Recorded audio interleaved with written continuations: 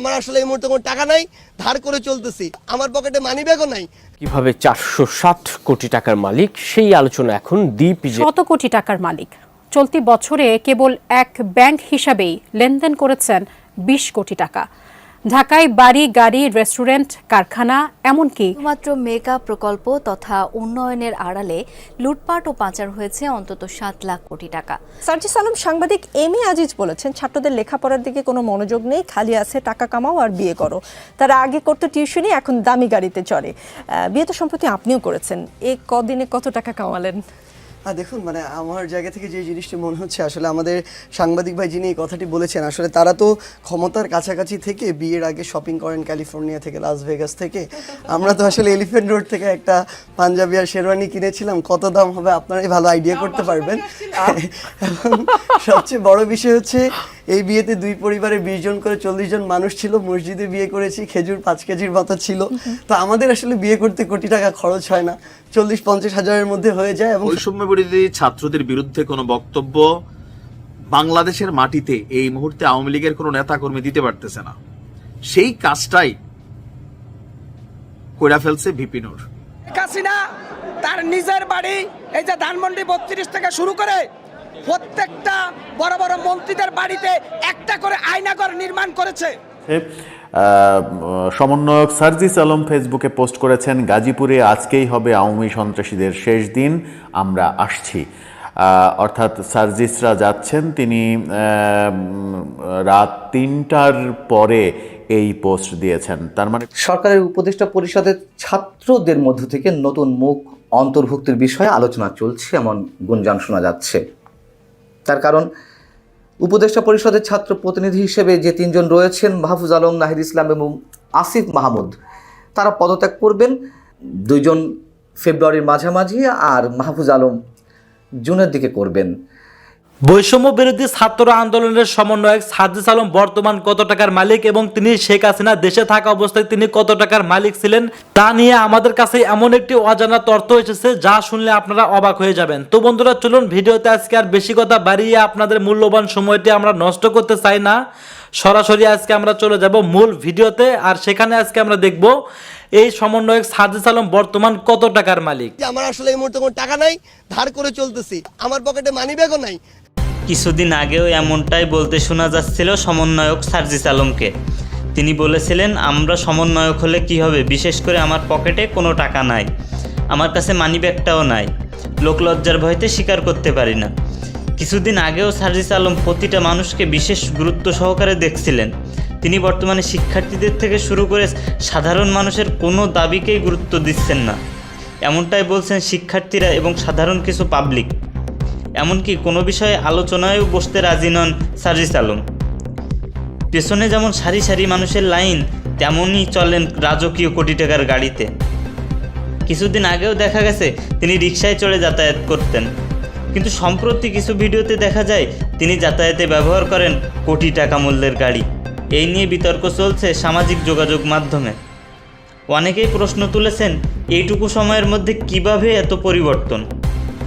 এ বিষয়ে সার্জিস আলমকে প্রশ্ন করা হলে তিনি বলেন সেটা তার কোনো রিলেটিভসের গাড়ি। তবে সংবাদ সূত্রে জানা গেছে সার্জিস আলমের পারিবারিক অবস্থা খুব ভালো নয়, আর এমন গাড়ি এর আগেও দেখা যায়নি। সাধারণ মানুষের প্রশ্ন, সার্জিস আলমের মামার গাড়ি হলে এর আগে কেন তা দেখা যায়নি। কেউ কেউ তো বলেই দিয়েছেন হাসপাতালে ভর্তি আন্দোলনকারীদের জন্য প্রেরিত অর্থ দ্বারাই এ বিলাসবহুল গাড়ি কিনেছেন সার্জিস, কিন্তু এ বিষয়ে কোনো প্রমাণই মেলেনি। সর্বশেষ জানা যায় এই গাড়িটি ঢাকা মেডিকেলের একজন ডাক্তারের গাড়ি। ওই ডাক্তার সার্জিসকে চলাফেরার জন্য সাময়িকের জন্য গাড়িটি দিয়ে বন্ধুরা, কোটা আন্দোলনের অন্যতম সমন্বয়ক সার্জিস আলম কে? সার্জিস আলম, তার আসল পরিচয় কি, তিনি কয়টি বিয়ে করেছেন, তিনি কত টাকার মালিক, পড়াশোনা করেছেন কত দূর, এইসব সহ আর জানা অজানা অনেক কিছু জানতে পারবেন আজকের এই ভিডিওতে। তাই ভিডিওটা না টেনে সম্পূর্ণ দেখতে থাকুন। পঞ্চগ্রাম জেলায় ইটুয়া গ্রামে একটি মুসলিম পরিবারে 1998 সালে 2 জুলাই সার্জিস আলম জন্মগ্রহণ করেন। সেই হিসেবে তার বর্তমান বয়স 26 বছর। সার্জিস আলমের বাবা আকরাতুল জামান একজন পেশায় ব্যবসায়ী, মা একজন গৃহিণী। সার্জিস আলমের একজন ছোট ভাই রয়েছে, যিনি ঢাকা বিশ্ববিদ্যালয়ে অনার্সে পড়াশোনা করছেন। তবে গুঞ্জন রয়েছে সার্জিস আলমের পরিবার নাকি একসময় আওয়ামী লীগ সরকারের সঙ্গে যুক্ত ছিল। তবে বর্তমানে সার্জিস আলমের পরিবার কোনো রাজনীতি দলের সঙ্গে যুক্ত নেই। বাবা মা, আত্মীয় স্বজন, শিক্ষক, বন্ধু বান্ধব সহ সবার কাছে জনপ্রিয় ছিলেন এই সার্জিস আলম। সার্জিস আলম ছোটকাল থেকে অনেক মেধাবী ছাত্র ছিলেন। সার্জিস আলম শাহীন কলেজ থেকে এসএসসি পাশ করেন, এরপর ঢাকা বিশ্ববিদ্যালয় থেকে অনার্স এবং মাস্টার কমপ্লিট করেন। সার্জিস আলম সবসময় অন্যায়ের বিরুদ্ধে প্রতিবাদ করে গিয়েছেন। এশিয়ার সবচেয়ে দুর্নীতিগ্রস্ত দেশ বাংলাদেশ, তারা বলেছে অন্তত তিনি মাত্র বললেন যে ওয়ার্ল্ড র্যাঙ্কিংয়ে পাকিস্তানের। সার্জিস আলমের বর্তমানে কোনো গাড়ি নেই, তবে তার একটি মোটর সাইকেল রয়েছে। অনলাইন তথ্য অনুযায়ী সার্জিস আলম একমাত্র টিউশনি করে কিছু টাকা আয় করেন। তবে সার্জিস আলম বর্তমানে অনেক টাকা আয় করবেন। তো বন্ধুরা, অন্তর্বর্তীকালীন সরকারের অন্যতম উপদেষ্টা সার্জিস আলমকে আপনাদের কেমন লাগে তা কমেন্ট করে জানান। আমার মনে হয় আজকের এই ভিডিও দেখার পরে ছাত্রলীগ, যুবলীগ, আওয়ামী লীগের অনেক নেতাকর্মীরা তবা টবা কইরা নূর বাবার ভক্ত হয়ে যাবেন। মানে এতদিন আপনারা যাকে বিকাশ নূর বলতেন, তাকে এখন আপনারা বলবেন যে বাবা নূর। কারণ কি, এই মুহূর্তে যেই কাজটা ছাত্রলীগ, যুবলীগ, আওয়ামী লীগ অনলাইনে করছে, সরাসরি করতে পারছে না। বৈষম্য বিরোধী ছাত্রদের বিরুদ্ধে কোনো বক্তব্য বাংলাদেশের মাটিতে এই মুহূর্তে আওয়ামী লীগের কোনো নেতা কর্মী দিতে পারতেছে না। সেই কাজটাই কইরা ফেলছে ভিপি নূর। একসময় ছাত্রলীগ ছিল, স্কুল থেকে টান ছিল, শেখ হাসিনার চেহারায় মায়ের চেহারাও তিনি দেখতে পাইতেন। আবার আরেক সময় এই শেখ হাসিনার পতনও তিনি চেয়েছেন। এখনো বলছেন আওয়ামী লীগকে নিষিদ্ধ করতে হবে। বাট এর বাইরে তিনি গতকালকে যে কথাগুলো বলছেন, বৈষম্য বিরোধী ছাত্র আন্দোলনের একদম প্রধান সারির সমন্বয়ক সার্জিস, হাসনাত, নাহিদ, আসিফ, মাহফুজ, হান্নান মাসুদ, আরো যারা আছেন, প্রত্যেকের এক ধরনের পোস্টমর্টম করে দিচ্ছেন। আর এটাতে কি হবে, ছাত্রদের মধ্যে আরো বিভাজন বাইরে যাবে। তবে তিনি বলছেন বিভাজন তারাই বানাইছে। হাউ? আচ্ছা, গতকালকে ভিপি নূরের একটা প্রোগ্রাম ছিল, আমাদের সমকালের মধ্যে যে প্রতিবেদনটা করা হয়েছে, যে তিনি বলছেন গুটি কয়েক ছাত্র নেতা নতুন একটা দল গঠন করতে চায়। নতুন দলটা কারা কারা করতে চায়? ভিপি নূরের মন্তব্য, গুটি কয়েক। তারা অন্যদের অবদানকে অস্বীকার করছেন, বিভাজন তৈরি করছেন। আমরা বিভাজন চাই না।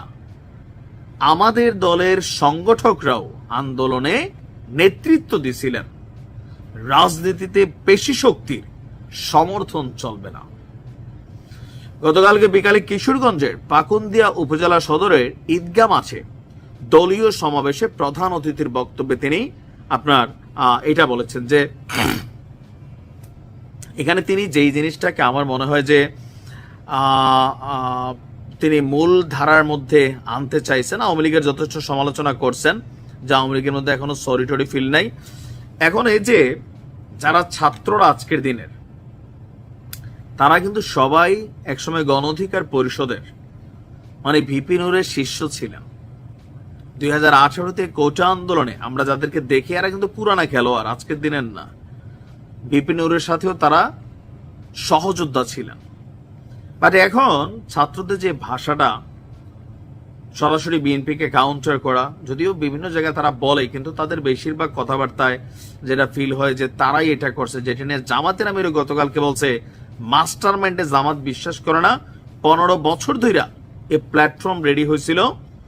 বিএনপি মনে করে যে তারা একটা চারা গাছ লাগাইছে, সেটারে পানি দিছে, সেই গাছে ফল আসছে, ফল পাইকার ধইরা ছিল। ছাত্ররা 15-20 দিনের আন্দোলনে এটা ঝাঁকা দিয়া, বা 1-1.5 মাসের আন্দোলনে একটা ঝাঁকা দিয়া গাছ থেকে ফলটা পেরে মালিকানা দাবি করছে। আপনি এগুলো কি আমার কথা?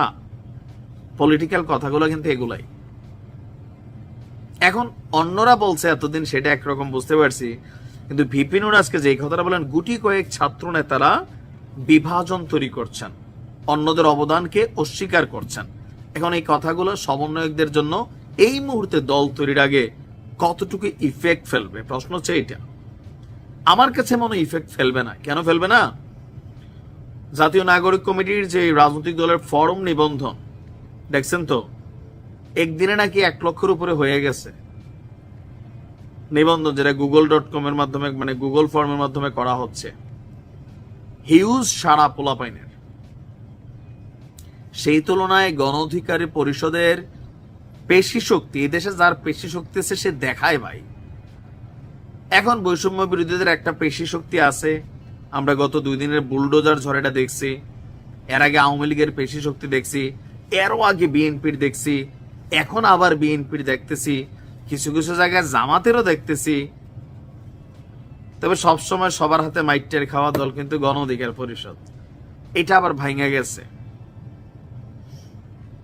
তো এই মুহূর্তে আইসা তিনি বলছেন যে পেশি শক্তি প্রদর্শন চলবে না।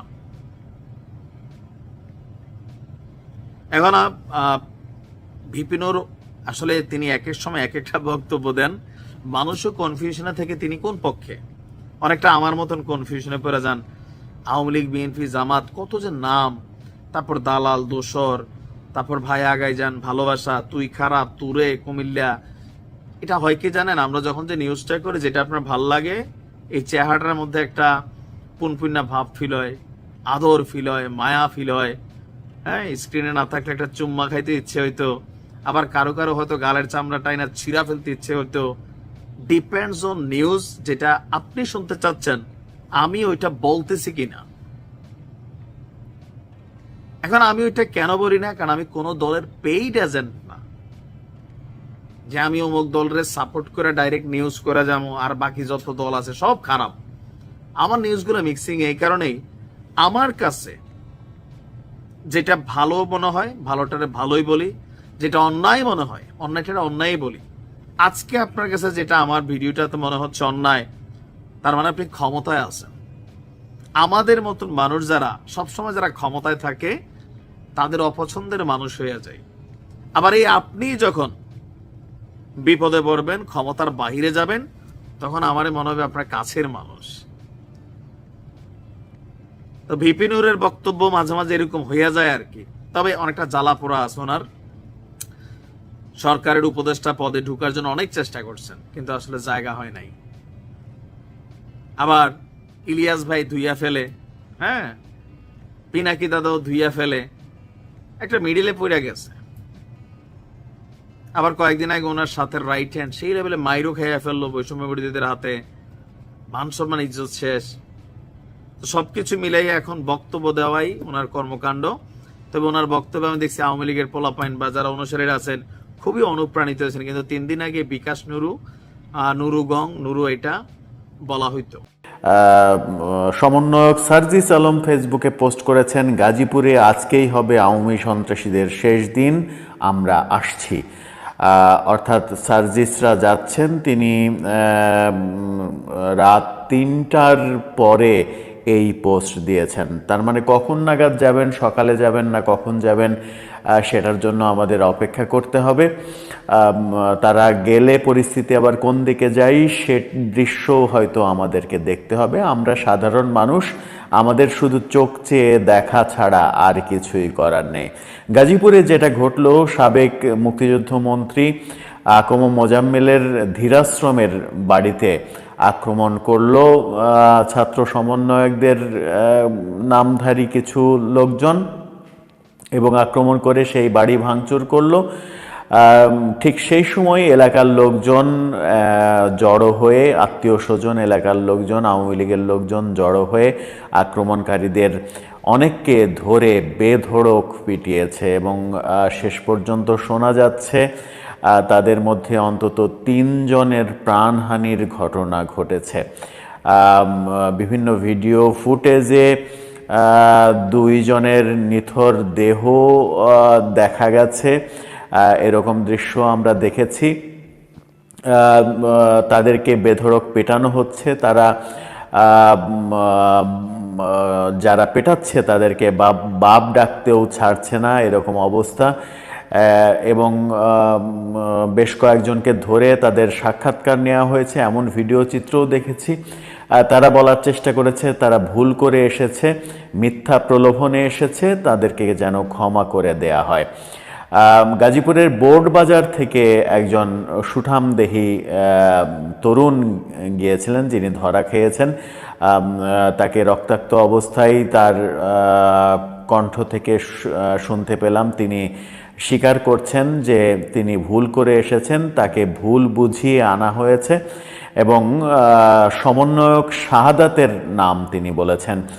শাহাদাত নামের একজন সমন্বয়ক, গাজীপুরের সমন্বয়ক, তিনি তাদেরকে আকম মোজাম্মেলের বাড়িতে পিকনিক হবে, পিকনিক খেতে যাব সবাই, এমনটা বলে তাদেরকে নিয়ে এসেছেন এবং নিয়ে এসে আক্রমণ সাজিয়েছেন, এমন কথা তার মুখ থেকে শোনা গেছে। গাজীপুরে সদর হাসপাতালে অন্তত 15 থেকে 20 জনকে ভর্তি করা হয়েছে। সেনাবাহিনী, অসংখ্য সেনাবাহিনী সেখানে আহতদের উদ্ধার কাজে তাদেরকে লিপ্ত থাকতে দেখা গেছে। সেনাবাহিনী ব্যাপারটা যেন না বাড়ে সেই চেষ্টা করেছেন।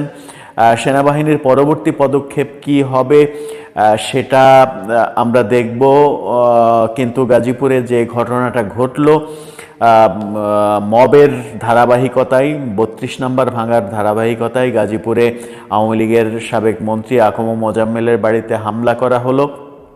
গাজীপুরে আকম মোজাম্মেলের যে প্রভাব, সেই প্রভাব হয়তো ছাত্র সমন্বয়করা টের পায়নি, যার কারণে তাদেরকে এরকম বিপদে পড়তে হয়েছে। তারা যখন বেধড়ক পিটুনি খেয়েছে তখন সার্জিস আলম ফেসবুকে পোস্ট দিলেন যে আজকেই আওয়ামী সন্ত্রাসীদের শেষ দিন হবে, আমরা আসছি।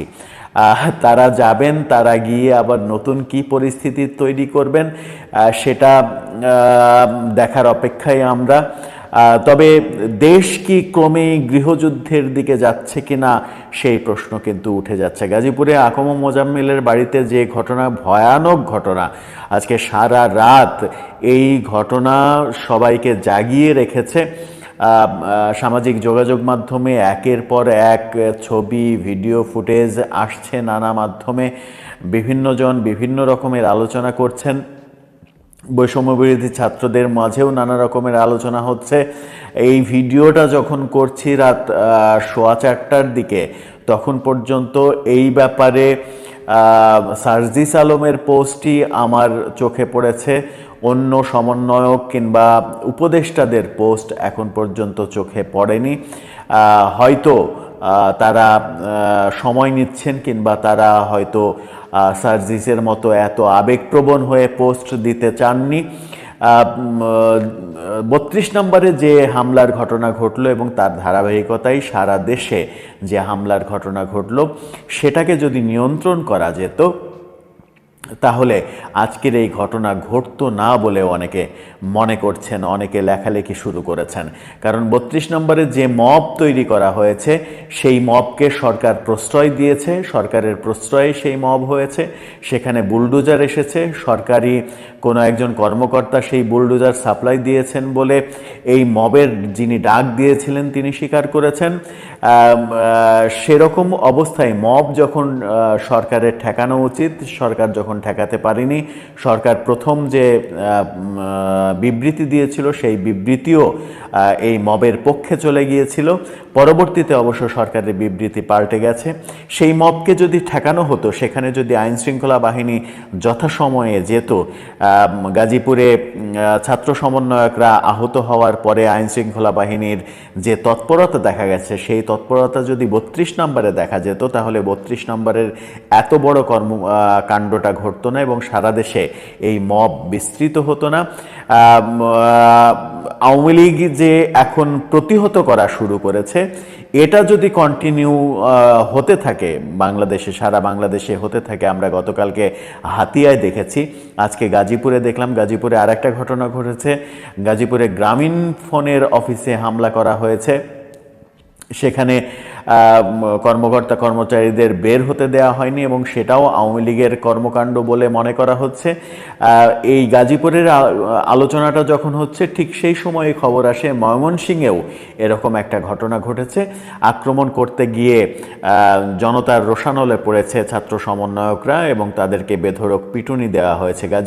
ময়মনসিংহের ঘটনাটা এখন পর্যন্ত অতটা পরিষ্কার করে বলতে পারছি না, কিন্তু গাজীপুরের ঘটনাটাতে অন্তত 15 থেকে 20 জন আহত হয়ে হাসপাতালে ভর্তি হয়েছেন, সেই খবরটা নিশ্চিত করেই বলা যায়। সেই খবর বিভিন্ন সোর্সে আসছে, গণমাধ্যমেও খবর হচ্ছে, যেহেতু ছাত্র সমন্বয়করা মার খেয়েছেন এবং তাদেরকে যেভাবে যে ভিডিও ফুটেজগুলো 2-3টা চোখে পড়েছে, স্থানীয়ভাবে যারা রেকর্ড করেছেন ফেসবুকে দিয়েছেন, এরকম ভিডিও যেগুলো চোখে পড়েছে তাতে তাদেরকে বেধড়ক অমানবিকভাবেই পেটানো হয়েছে এবং তাদেরকে বলতেও শোনা গেছে যে গাজীপুর হচ্ছে আকম মোজাম্মেল এবং আহসানুল্লাহ মাস্টার, এই দুইজনের ভূমি, এই দুইজনের যে আধিপত্য, সেই গাজীপুরে এত বড় সাহস যে সেই গাজীপুরে আকম মোজাম্মেলের বাড়িতে হামলা করতে এসেছে। গাজীপুরে এই ঘটনা যখন ঘটল, আকম মোজাম্মেল হকের বাড়িতে আক্রমণের প্রতিরোধ গড়ে তোলা হলো এবং বেধড়ক পিটুনি দেয়া হলো ছাত্র সমন্বয়কদের। এই ঘটনা যখন ঘটলো তখন সারা দিন কিন্তু একটা ব্যাপার খুবই আলোচিত হয়েছে, সেটা হচ্ছে গাজীপুরের সাবেক মেয়র জাহাঙ্গীর আলম, তিনি তার একটা অডিও রেকর্ড ফাঁস হয়েছে যেখানে তিনি একটি জুম মিটিংয়ে সম্ভবত কথাগুলো বলছিলেন, যেখানে তার মুখ থেকে শোনা গেছে যে আর বসে থাকার সময় নেই, এখন হচ্ছে প্রতিশোধের সময়, এখন আর বসে থাকা যাবে না। আমরা যদি ঠিকভাবে ঘুমাতে না পারি, আমরা যদি ঠিক না থাকি, তাহলে রাজধানীবাসীরও ঘুম আসবে না, রাজধানীবাসীর ঘুম হারাম হয়ে যাবে। এমন কথা কিন্তু জাহাঙ্গীর আলমকে বলতে শোনা গেছে। জাহাঙ্গীর আলমের 5 মিনিট 5.5 মিনিটের সেই অডিও ক্লিপে পুরোপুরি নেতাকর্মীদের উত্তেজিত করার মতো সংলাপ তার মুখ থেকে শোনা গেছে এবং অনেকে আবার মনে করছেন যে গাজীপুরে যে ঘটনাটা ঘটলো সেটা জাহাঙ্গীর আলমের সেই অডিও ফাঁসের যে উপলক্ষ, সেই উপলক্ষে সেটাকে কেন্দ্র করে সেটাতে উজ্জীবিত হয়ে আওয়ামী লীগের নেতাকর্মীরা এই ঘটনা ঘটালো কিনা, সেটাও কিন্তু একটা বড় ব্যাপার। যাই হোক দর্শক, শেষ পর্যন্ত গাজীপুরে যে ঘটনাগুলো ঘটেছে, এই ঘটনা সারা দেশব্যাপী যেন বিস্তৃত না হয়, তার জন্য এখনো সময়। আক্রমণ, প্রতি আক্রমণ, পাল্টা আক্রমণ, এর থেকে জাতিকে মুক্তি দিতে হবে। ফেসবুকে স্ট্যাটাস দিয়ে কোথাও আক্রমণ, এই মব কালচার থেকে আমাদের বের হয়ে আসতে হবে, তা না হলে গৃহযুদ্ধ আসন্ন, আর সেই গৃহযুদ্ধের মধ্যে আমাদের জীবন আশফাস করবে। দর্শক, আপনার কি মনে হয় শেষ পর্যন্ত কি কারণে গাজীপুরে এই ঘটনাটা ঘটলো, যেটার ধারাবাহিকতা আমরা দেখলাম যে প্রথমে হাতিয়া, এরপরে গাজীপুর, তারপরে আবার গাজীপুরের সূত্র ধরে ময়মনসিংহ, একের পর এক ঘটনা ঘটছে। কি উদ্দেশ্যে, কোন কারণে এই ঘটনাগুলো ঘটছে? আসসালামু আলাইকুম। সরকারের উপদেষ্টা পরিষদের ছাত্রদের মধ্য থেকে নতুন মুখ অন্তর্ভুক্তির বিষয়ে আলোচনা চলছে এমন গুঞ্জন শোনা যাচ্ছে। তার কারণ উপদেষ্টা পরিষদের ছাত্র প্রতিনিধি হিসেবে যে 3 জন রয়েছেন, মাহফুজ আলম, নাহিদ ইসলাম এবং আসিফ মাহমুদ, তারা পদত্যাগ করবেন। 2 জন ফেব্রুয়ারির মাঝামাঝি আর মাহফুজ আলম জুনের দিকে করবেন। এবং প্রথমে বলেছিলাম কেন জুনের দিকে করবেন মাহফুজ আলম, তার কারণ সবাই একসাথে বেরিয়ে আসলে ভিতর থেকে কলকাঠি কে নাড়বে, যে নতুন রাজনৈতিক দলটি আসতে যাচ্ছে রাজকীয় দল হিসেবে, তাদেরকে নার্সিং করবে কে, কে প্রত্যক্ষভাবে সহযোগিতা করবে, সেজন্য মাহফুজ আলম একটু দেরিতে পদত্যাগ করবে। সেই মাহফুজ আলমও যদি পদত্যাগ করে বসেন, সরকারের তো নানান ধরনের প্ল্যানিং রয়েছে। নির্বাচন আদৌ ডিসেম্বরে হবে কিনা সেটি নিয়েও তো সন্দেহ রয়েছে, আগামী বছর জুনে হবে কিনা সেটি নিয়েও যথেষ্ট পরিমাণ সংশয় রয়েছে। এবং যেই কাজগুলো ছাত্রদের পক্ষ থেকে করা হবে, কেউ না থাকলে প্রত্যক্ষভাবে কে সহযোগিতা করবে, সেই জায়গা থেকে ছাত্রদের মধ্য থেকে এখন আলোচনা চলছে নতুন মুখ উপদেষ্টা পরিষদে যুক্ত করার, এবং বিষয়টি সরকারের উচ্চ মহলের সঙ্গে তাদের কথাবার্তাও চলছে। এটি হচ্ছে ভেতরের নিউজ। নাহিদ ইসলাম, যিনি তথ্য সম্প্রচার মন্ত্রণালয়ের দায়িত্ব রয়েছেন, শোনা যাচ্ছে যে তিনি নতুন রাজনৈতিক দলের সদস্য সচিব কিংবা গুরুতর বা গুরুত্বপূর্ণ একটি দায়িত্বে থাকবেন। এখন আর কারা কি করবেন এখনো পর্যন্ত না জানা গেলেও আপাতত তাদের মাথায় যেটি কাজ করছে যে কোনো ধরনের বিতর্ক বাদ দিয়েই, বিতর্ককে পাশে রেখে ছাত্র প্রতিনিধি হিসেবে উপদেষ্টা পরিষদে কাকে রাখা যেতে পারে। আমরা তো এটি জানি যে গণঅভ্যুত্থানে নারীদের ভূমিকা কম ছিল না, বরঞ্চ তারা আরও জীবনের ঝুঁকি নিয়ে সকাল সন্ধ্যা গভীর রাতে যেভাবে কাজ করেছেন তাদের মূল্যায়ন করা হয়নি, এমন একটি অভিযোগ তো আছেই। যে 3 জন ছাত্র প্রতিনিধি রয়েছেন উপদেষ্টা পরিষদে, তাদের মধ্যে কোনো নারী নেই, এই যেমন একটি ভাবনার বিষয় রয়েছে। আবার গণঅভ্যুত্থানে ঢাকা বিশ্ববিদ্যালয়ের তুলনায় বেসরকারি যে বিশ্ববিদ্যালয়গুলো রয়েছে সেখানকার ছাত্ররা বা শিক্ষার্থীরা, ছাত্রীরা আরও অনেক ভূমিকা রেখেছেন। তারাই জীবন দিয়েছে বেশি, তারাই রক্ত দিয়েছে বেশি। তো যে 3 জন উপদেষ্টা পরিষদে রয়েছেন তারা তো সবাই ঢাকা বিশ্ববিদ্যালয়ের, তাহলে বেসরকারি বিশ্ববিদ্যালয়ের প্রতিনিধিত্ব কেন থাকবে না? সে ধরনের একটি বিতর্ক রয়েছে। এখন এই বিতর্কগুলো এড়িয়ে কাকে নতুনভাবে উপদেষ্টা পরিষদে যুক্ত করা হবে তা নিয়ে যথেষ্ট চিন্তাভাবনা চলছে। এবং এটুকু জানিয়ে রাখি, যেটা আমরা জানতে পেরেছি, ডক্টর মোহাম্মদ ইউনূস তার উপদেষ্টা পরিষদের কলেবরও বাড়াবে অথবা কিছু পরিবর্তন আনবে, নতুন মুখ যুক্ত হবে হয়তো খুব শিগগিরই। সেই জায়গায় কারা আসবেন না আসবেন এ নিয়ে যেমন চুলচেরা বিশ্লেষণ চলছে, পাশাপাশি ছাত্রদের বিষয়টিও আলোচনায় রয়েছে। যেমন গণমাধ্যমের সঙ্গে জাতীয় নাগরিক কমিটির যুগ্ম আহ্বায়ক আরিফুল ইসলাম বলছেন, তিনি এই বিষয়ে বলছেন যে ভবিষ্যৎ রাজনৈতিক উদ্যোগে যুক্ত হতে সরকারে থাকা ছাত্রদের প্রতিনিধিদের মধ্যে 1 কিংবা 2 জন উপদেষ্টা পদত্যাগও করতে পারেন। একসঙ্গে 2 জন না 3 জন পদত্যাগ করবেন সেটি এখনো চূড়ান্ত হয়নি, এটা আমরা জানি। যাই হোক, হলে বলা যাবে। তিনি বলছেন যে চূড়ান্ত সিদ্ধান্তের জন্য অপেক্ষা করতে হবে। একজন নতুন করে উপদেষ্টা পরিষদে যাওয়ার বিষয়ে তিনি বলছেন যে আশা করি একজন উপদেষ্টা নতুন করে আমাদের পক্ষ থেকে এই পরিষদে যুক্ত হবেন। আর আরও একজন জাতীয় নাগরিক কমিটির গুরুত্বপূর্ণ নেতা, তিনি নাম প্রকাশ করতে চাননি, তিনি বলছেন যে 3 উপদেষ্টা ধাপে ধাপে পদত্যাগ করলে সরকারের ছাত্রদের প্রতিনিধিত্ব কিভাবে থাকবে বিষয়টি নিয়ে আলোচনা চলছে। আমরা চাচ্ছি আমাদের কোনো প্রতিনিধি সেখানে থাকুক যিনি রাজনৈতিক প্রক্রিয়ার অংশ ছিলেন না বা হবেন না। যাই করা হোক সবার সঙ্গে আলোচনা ভিত্তিতে সেটি নির্ধারণ করা হবে। রাজনৈতিক প্রক্রিয়ার সঙ্গে যুক্ত থাকবেন কি থাকবেন না, বা এর আগে যারা উপদেষ্টা পরিষদে আছেন তারা এই পরিষদে থাকবেন কি থাকবেন না, সেই বিতর্ক তো সহজে সমাধান হবে না যদি নতুন করে আর একজন ছাত্র উপদেষ্টা এখানে যুক্ত হন, মানে ছাত্র হিসেবে। আমরা নাটকের তো শেষ দেখছি না, নাটক চলতেই থাকবে। এবং হয়তো প্রমাণ করার চেষ্টা হবে না যে উনি ছাত্র প্রতিনিধি হিসেবে আছেন অথবা উনি রাজনৈতিক দলের সঙ্গে সম্পৃক্ত ছিলেন না, কিন্তু এটুকু তো বোঝা যাবে কারা ঢুকছেন কারা ঢুকছেন না।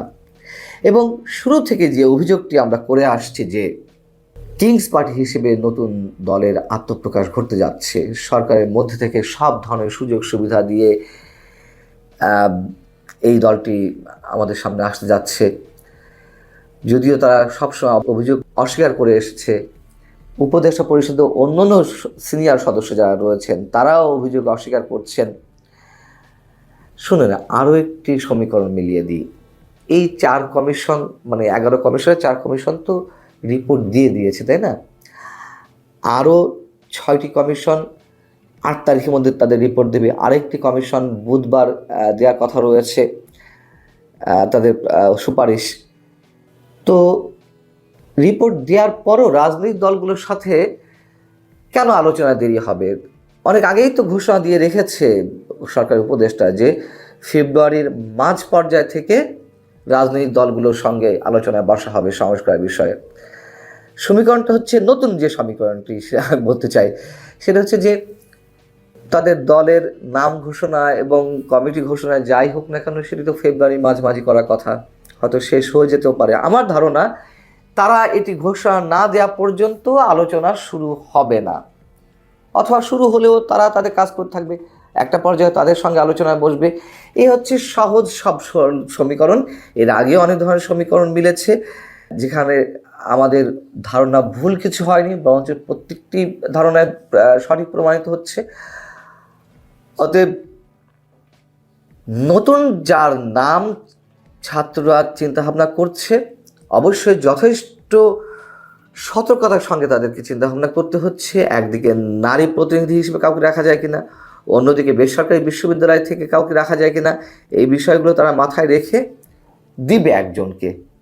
তখন এটি মনে করার কোনো কারণ নেই যেই অভিযোগটি উঠেছে সরকারের নিরপেক্ষতা নিয়ে, সেই নিরপেক্ষতার বাইরে তারা যেতে পারবে, কোনো অবস্থাতেই যেতে পারবে না। এবং আমার আশঙ্কা বর্তমান সরকারের অধীনে নির্বাচন আদৌ হয় কিনা সেটি যথেষ্ট সন্দেহ রয়েছে। শুধু আমি নই, আরও অনেকে তেমনটি বলছেন। এখন আমাদের অপেক্ষা পালা যে নতুন নাটকের শুরুটা কেমন হয়, সেটি এবার জমরেখাপাত কেমন হয়, মাহফুজ আলম কতদিন থাকে, এই সব কিছুর অনেক হিসাব নিকাশে রয়েছে। তবে তারা যা করতে চাচ্ছে সেটি খুব সাবলীলভাবে যেই সব কিছু সম্পূর্ণ করতে পারবে এটি মনে করা নিঃসন্দেহ। ধন্যবাদ প্রিয় দর্শকবৃন্দ, আমাদের ফুল ভিডিওটি দেখার জন্য আপনাকে জানাই অসংখ্য অসংখ্য ধন্যবাদ এবং বুক ভরা ভালোবাসা। তো বন্ধুরা, এতক্ষণ আমাদের চ্যানেলের ভিডিওটি দেখার পরে আপনাদের কাছে কি মনে হয়েছে, এই ভিডিওটি নিয়ে আপনাদের কি মনের প্রত্যাশা, অবশ্যই সেটা কমেন্ট সেকশনে কমেন্ট করতে ভুলবেন না। আর হ্যাঁ, সেই সাথে এই সমন্বয়ক সার্জিস আলম এবং হাসনাত আব্দুল্লাহ সহ বিভিন্ন সমন্বয়কদেরকে নিয়ে আপনাদের যদি মনের মাঝে কোনো প্রশ্ন থেকে থাকে সেটাও আপনারা কমেন্ট বক্সে কমেন্ট করতে পারেন। আমরা পরবর্তী ভিডিওর মাধ্যমে সেই কমেন্টটি তুলে ধরার চেষ্টা করব এবং সেই সাথে আপনাদের এই ভিডিওটি দেখার পরে আপনাদের কি মন্তব্য করা উচিত বা আপনারা কি বলতে চাচ্ছেন সেটাও কমেন্ট বক্সে কমেন্ট করে জানিয়ে দেবেন।